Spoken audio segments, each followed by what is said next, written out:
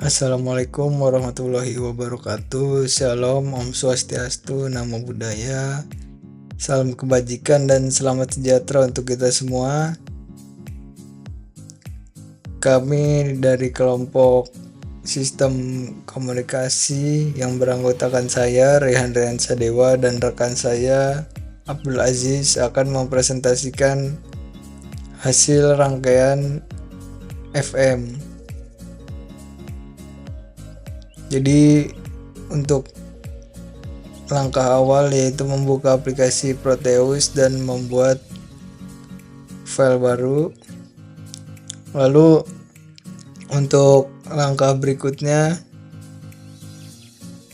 kita bisa menginput komponen-komponen yang akan kita pakai. Dalam studi kasus ini kita memakai beberapa komponen, yaitu ada baterai, nanti terus ada kapasitor, resistor,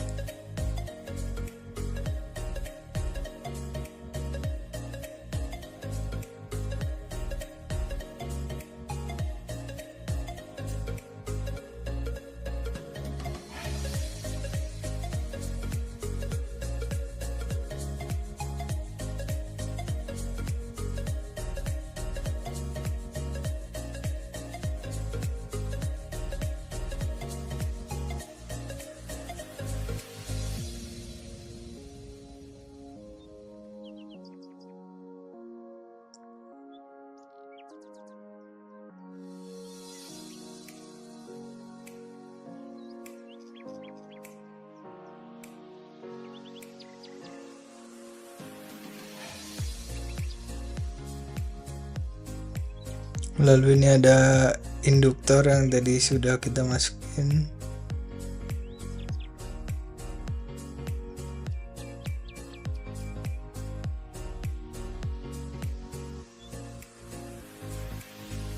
Nah, langkah berikutnya yaitu kita mulai menyusun komponen-komponennya.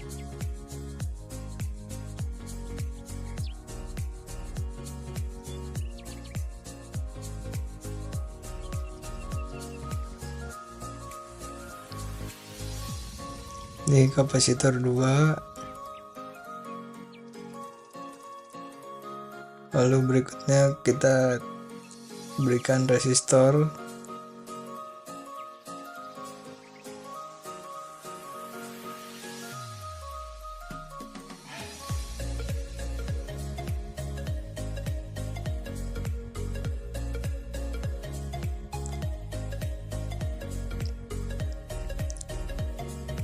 Untuk studi kasus ini, untuk resistor 2 kita rotate posisi arahnya supaya nanti saat penyambungan antara komponennya itu bisa lebih rapi.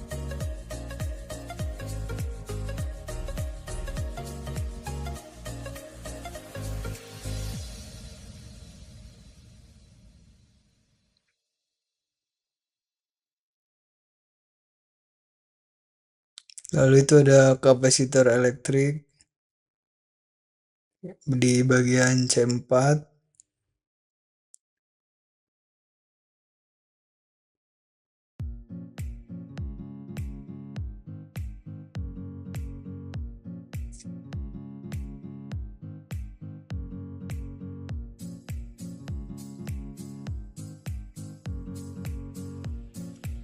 Lalu ini kita taruh resistor lagi, posisinya di rotate lagi.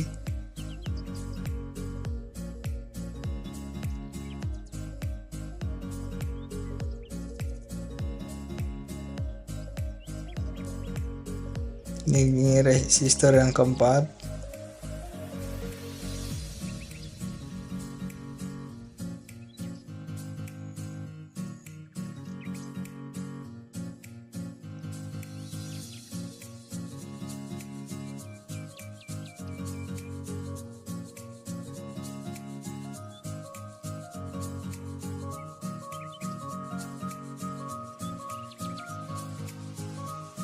Lalu ini ada induktor.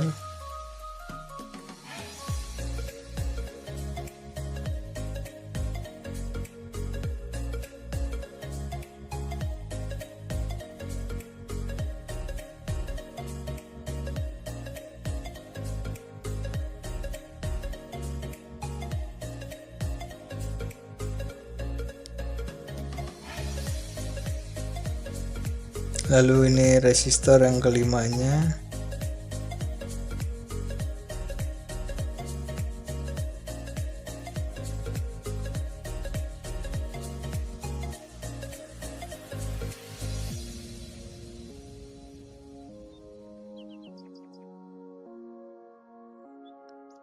Lalu ini kapasitor, kita tambahkan kapasitor 9. Ini ada salah ketik.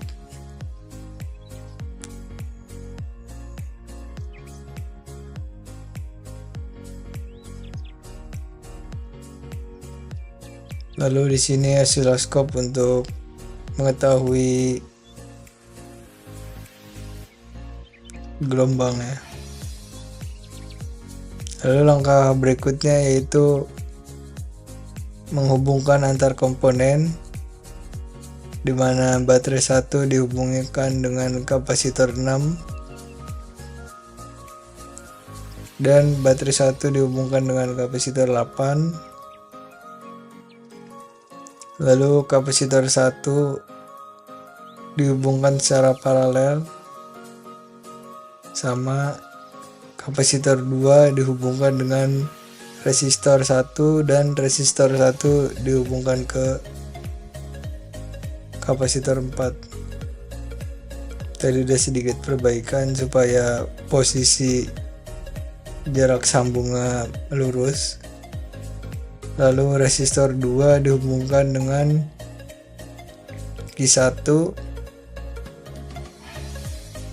dan resistor 2 dengan Q1 ini dibuat rangkaian paralel.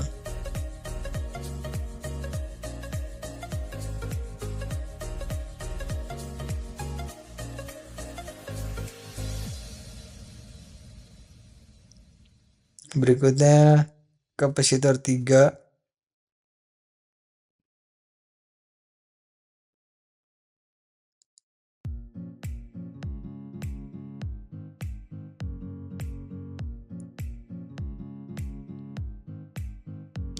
Lalu resistor 3 dihubungkan dengan resistor 4.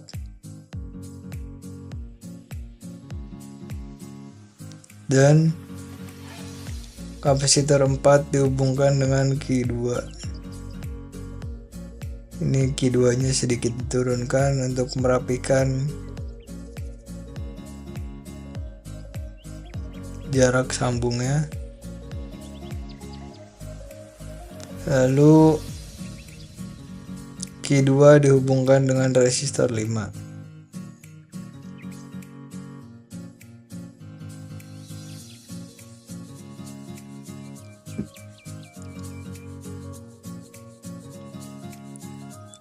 Dan ini kapasitor 5 dihubungkan lagi secara paralel dan disambungkan kepada rangkaian dari kapasitor 4, resistor 3 dan resistor 4 dan Q2.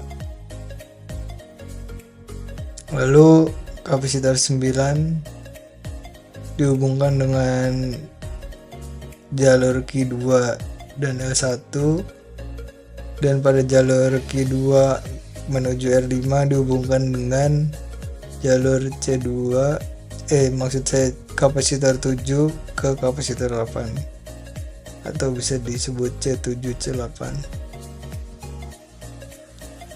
Lalu kita tambahkan 2 ground di bawah dan 1 ground di tengah.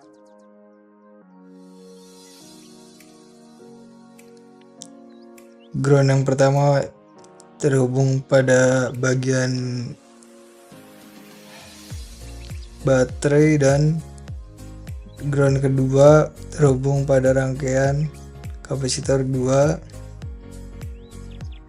lalu ground yang ketiga dihubungkan dengan kapasitor 3.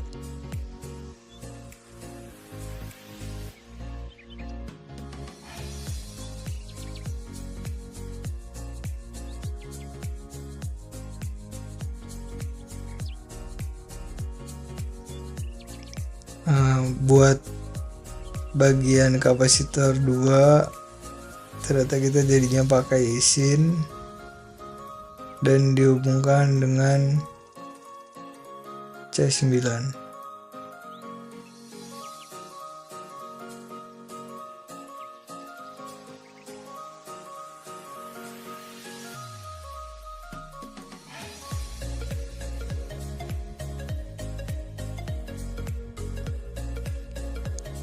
Maaf tadi untuk sin dihubungkan dengan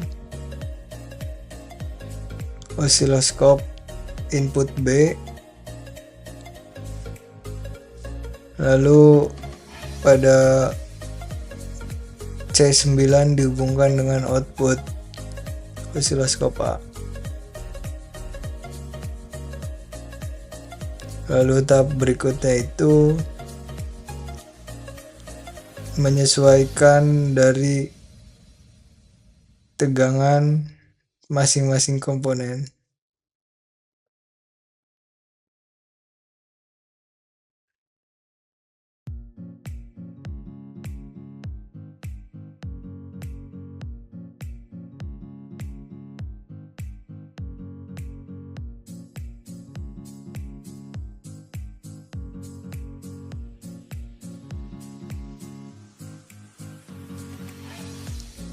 Nah, ini pada bagian resistor 3 kita pakai 3,3 kilo, lalu resistor 4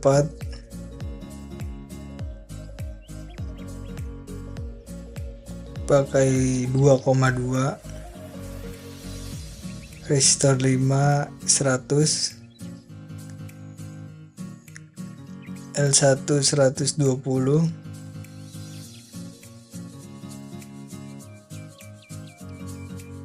kapasitor 6 10, kapasitor 7 10,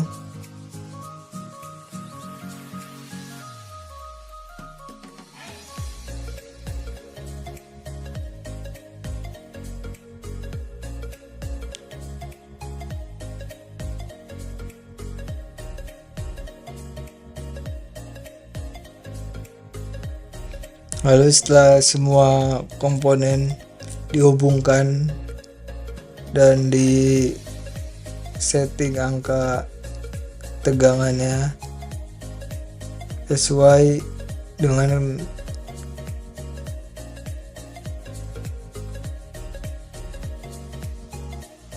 lalu kita bisa melihat hasil dari osiloskopnya. Sebelumnya kita setting dulu osiloskopnya supaya bisa keluar gelombangnya.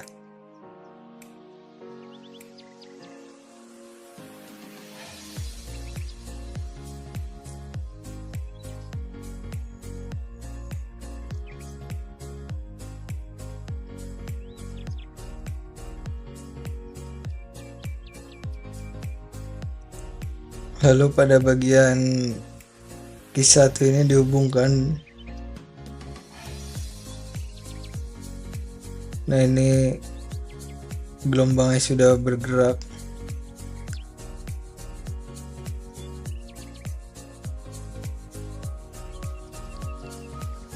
Tadi pada gelombang sinus sudah ada pergerakan.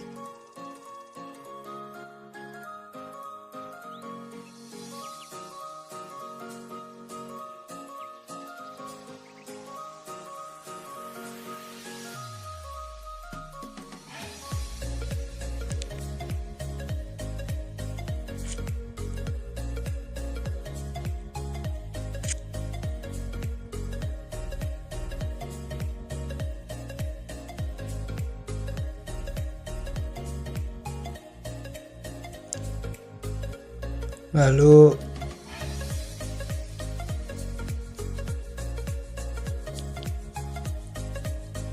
pada titik R3 ini tadi kurang nyambung, jadi gelombangnya tidak bergerak.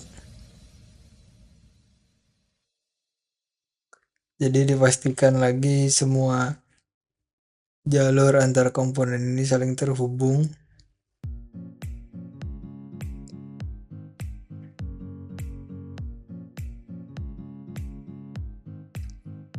Lalu ini untuk melihat frekuensi responnya.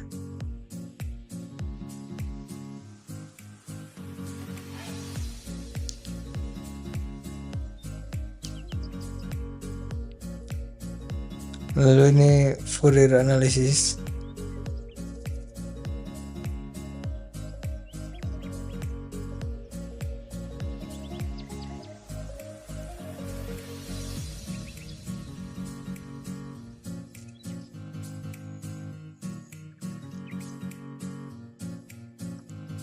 Pada bagian frekuensi respon,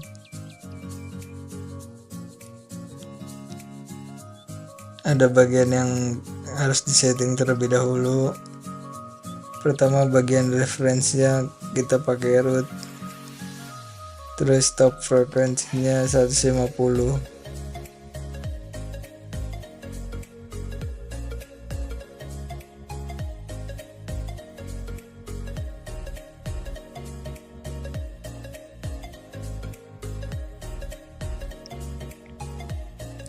Lalu ini pada bagian intervalnya kita menggunakan octaphase.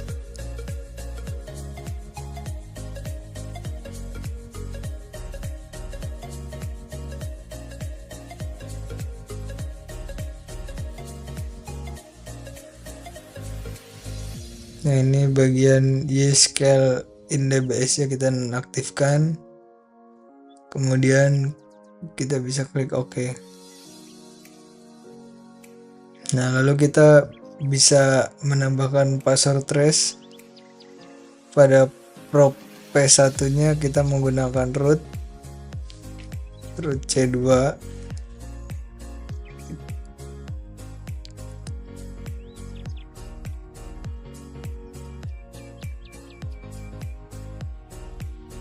Lalu kita bisa klik OK.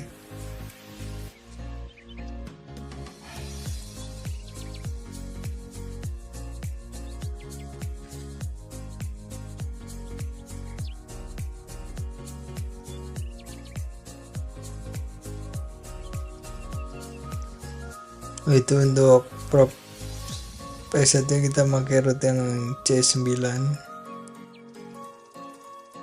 Lalu kita setting bagian Fourier-nya.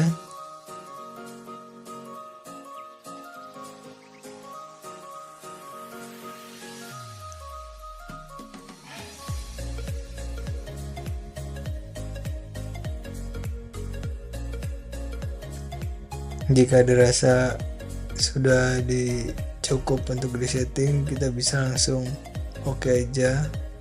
Lalu sama kita pakai C9 dalam kurung 1.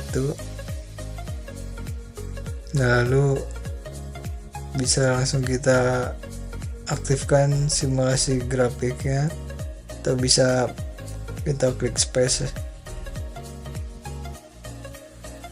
Nah, untuk penjelasan hasil dari grafiknya akan dilanjutkan oleh rekan saya, Abdul Aziz. Waktu dan tempat dipersilahkan.